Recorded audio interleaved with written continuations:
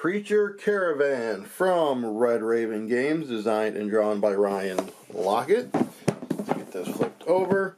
A new threat lurks in the land of Arzium, and ember zombies swarm from volcanic lands to the north, their charcoal bodies, the walking hives of malicious fire fairies. The closest haven is the city of East Street, where a powerful artifact protects the inhabitants. You must travel across the desert and the plains, over mountains, and through red canyons, helping wandering creatures of every shape and size to the safety of the city. So as you can see here, we have the deluxe edition, which has the Wanderers expansion, which has the 5th and 6th player, 45 unique cards, metal coins, wooden fruit bag food, and the zombie pieces. Building a tableau, 1 to 6 players, 8 and up, 60 to 90 minutes. So let's get it open, show you what's inside, and then after that, a how to play.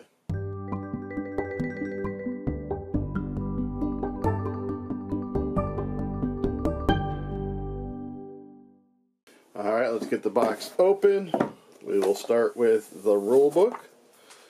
So, first pages are your components.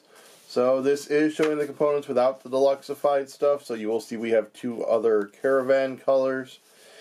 And there are a ton of cards, 135 plus those other 45, so I don't think I'm going to lay them all out like normal. I'm probably just going to do a quick throwing down of them, maybe even do some music, we'll see. 4 sets of player cubes, all the food tokens, bag tokens, and such. Here is your setup. There's an example of the setup. Other steps of the setup. Designed and illustrated by Ryan Lockett, 1 to 4 players. There's your story. Here's your gameplay overview, how to play a turn, action types, going through here, attacking, trading, end of turn, the map tiles, end of game, scoring, card victory points, card anatomy and details, cost discounts, extra travel, etc. Your player board actions. Here's your credits. And then these solo mode rules. And there's all of those. And then on the back is the Wanderers expansion. So if you see any cards with that in the corner, but specifically a lot of them are these item cards, then you'll know that that's from the expansion. So here we have the double-sided map boards. You'll see icons on those pieces, or on the squares. I will explain those when we talk about the how to play. There's so, and that. And then one of these, there we go, and that is the one that you start on. So there are all of those. So again, these are the wooden upgraded bits. We did get the punch board in addition with this, and those were also good quality. So here is your food. I will say the main difference is that there's not like a 3 food piece, it's all just single. Here are your bags. Here's an extra bag. Here's some dice. Really like these, that little metallic-y, teal, bluish color on them. They are a little light and they are wood. So there's your metal coins. And then here are your treasure tokens.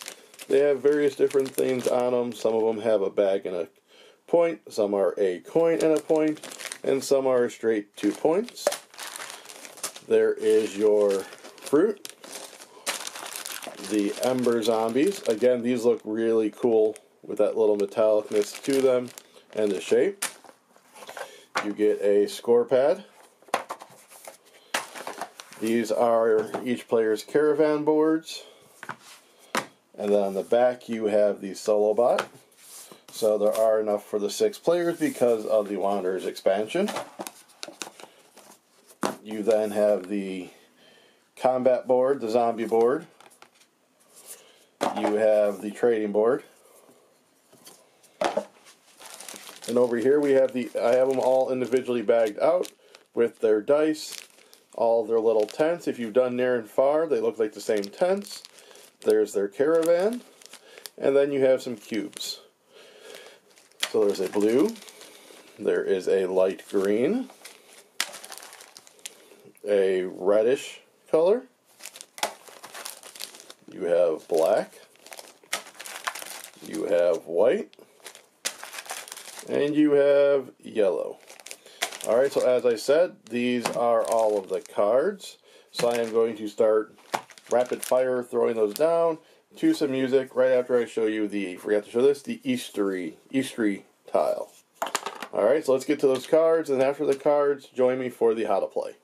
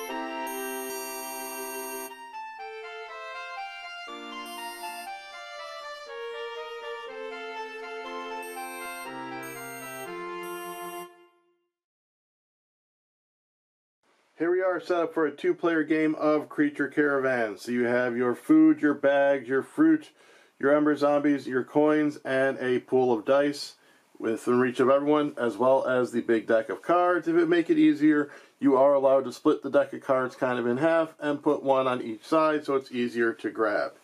You have your trade board, you have your combat board. You're going to randomly put out these 4 tiles with the start tile there, Eastery over here. These are double-sided, so you can put them in either way you want.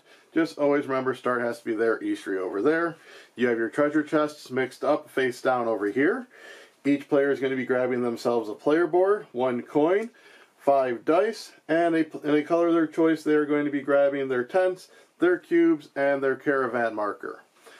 Everyone then will be placing their caravan marker in one of the spots. You are not allowed to be on the same spot as an opponent at the start. You are allowed to get on them as you move across. I'll get into that when we get into movement. And then you'll have the score sheet. Each player will then get 8 cards. You are then ready to begin. This game will be being played simultaneously. Everyone is going to grab their 5 dice and roll them. and then they will be assigning the dice to do different actions. Your player board has certain actions already on it, so let us go over those. So you're going to see right here, you can always turn in a card for a food or 3 cards for a coin. You put a die here for combat. I'll get into combat here in a minute. This is to trade at the market, doing 1 trade. Again, I'll get into that when we get into trading. You can, when you put a die on here, like it shows a 2, a 1, or a 1, it needs to be that number or higher. So this needs to be a 2 to 6. This can be basically any die. This needs to be a 5 or 6, etc.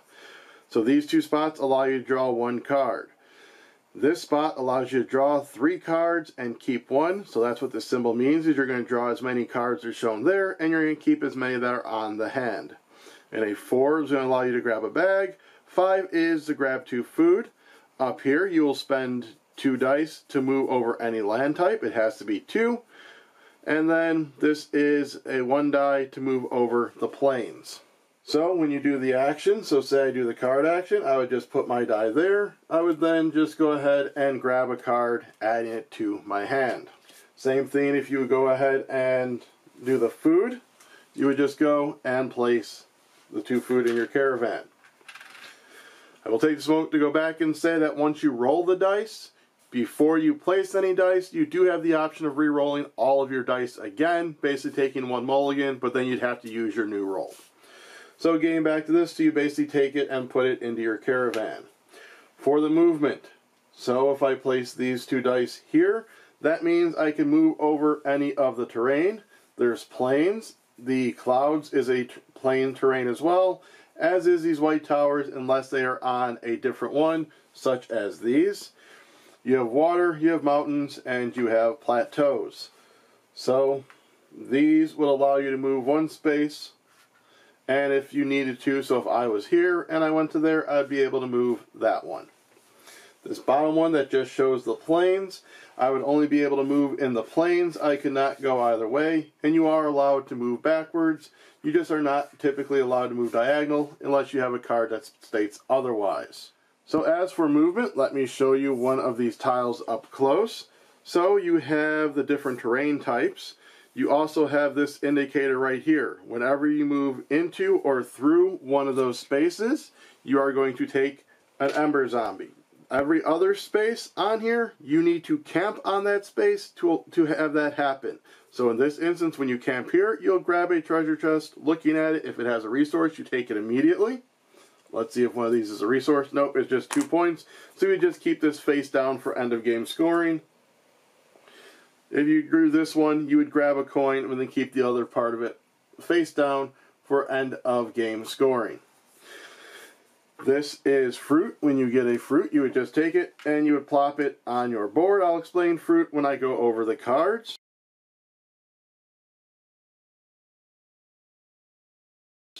In a white tower, when you camp there, as indicated right here, you will draw 3 cards. Let me go over some more of the card anatomies and how they get put out. To play a card is a free action. You can play as many as you want on a turn. However, your caravan is limited to 12 cards. So, looking at this first one, you're going to notice they are going to have a cost up here in this corner. And then right here is going to be a point value if they give you some. You have some name tags up here that might pertain to such as you can see right here that runs folk. And this would give you another spot where you could place your dice. So this one I could basically put any die and draw 1 card. And if I have 4 plus folk, I'd actually draw 2 cards. Some cards, such as this one, you'll see a little icon down here. That means you need to spend a food along with the die to get what's on that spot. Some cards like this one will show 2 different spots. In this one, you can put a 3 or higher here to move 2 plain spots, or you can put a die here to do a combat action with a +1. You are allowed to trigger both sections, however it does take 2 dice. You cannot use whatever die you place here to trigger this, and vice versa. This one, as you can see, does have some victory points, but it's based on how many magic cards, which is one of those descriptors, and again, their value to put them out. This card here gives you a once a turn power. Is each turn you can add 2 to 1 die, and then if it shows this symbol here, you are going to grab one of the dice that are set aside, roll it, add it to your pool, and you will now permanently be having an extra die based on that symbol.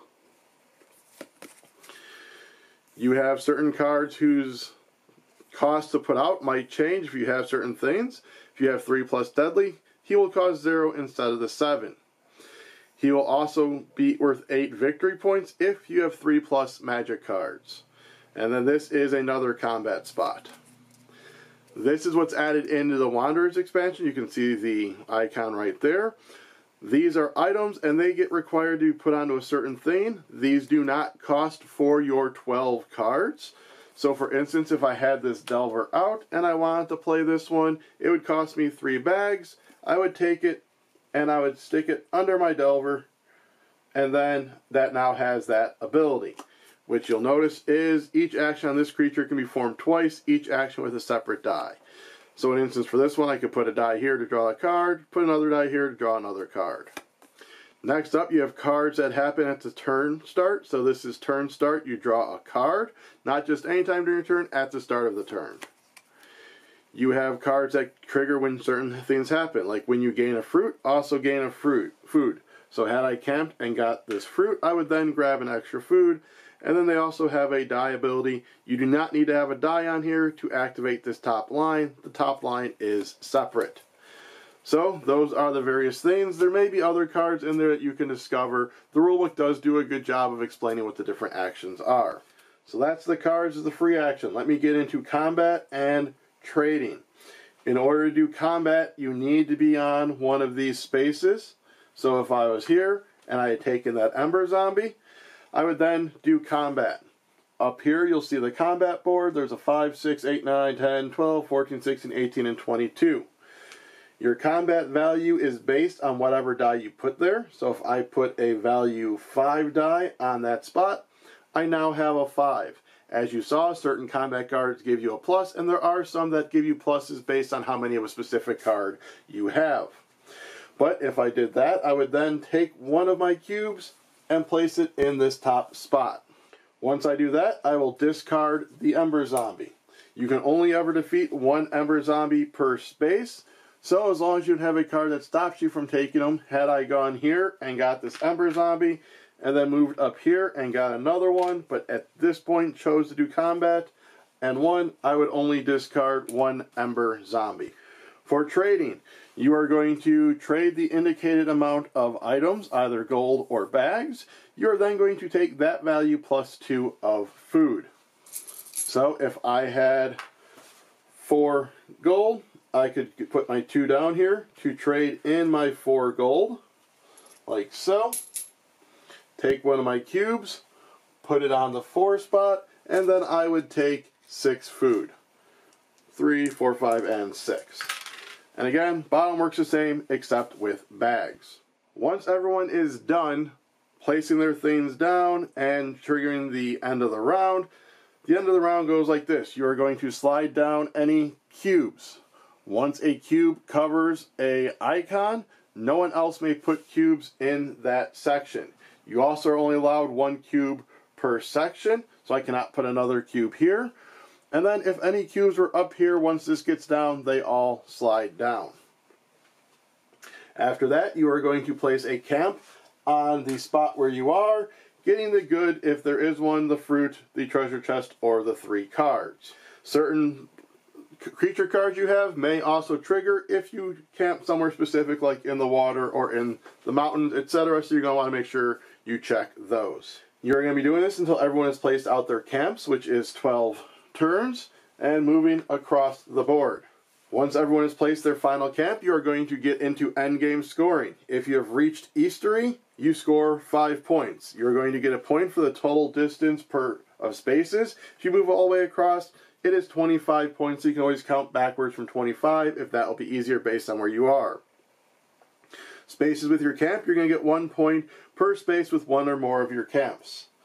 So right now I'd have 1, 2, 3. However, if I ended up staying here and placed a camp again there, I'd only get 1, 2, and 3. And at this time I will say that you only get these icons or can do battle where you do not have a camp. So if I camped here once, if I camp here a second time, I do not get a second treasure. You are going to get points for the Ember Zombie board for every spot that you have a cube. You are going to get it for the market board, any victory points on cards, treasure tokens, and a -1 point for Ember Zombie. Most points wins. And that is the basics of how to play Creature Caravan. Thank you for watching. If you go ahead and down below and hit like, subscribe, comment, share, and ring the bell. If you also could, please go ahead and support the channel with our Ko-fi. There is a link down below where you can buy me a drink. Thank you for watching.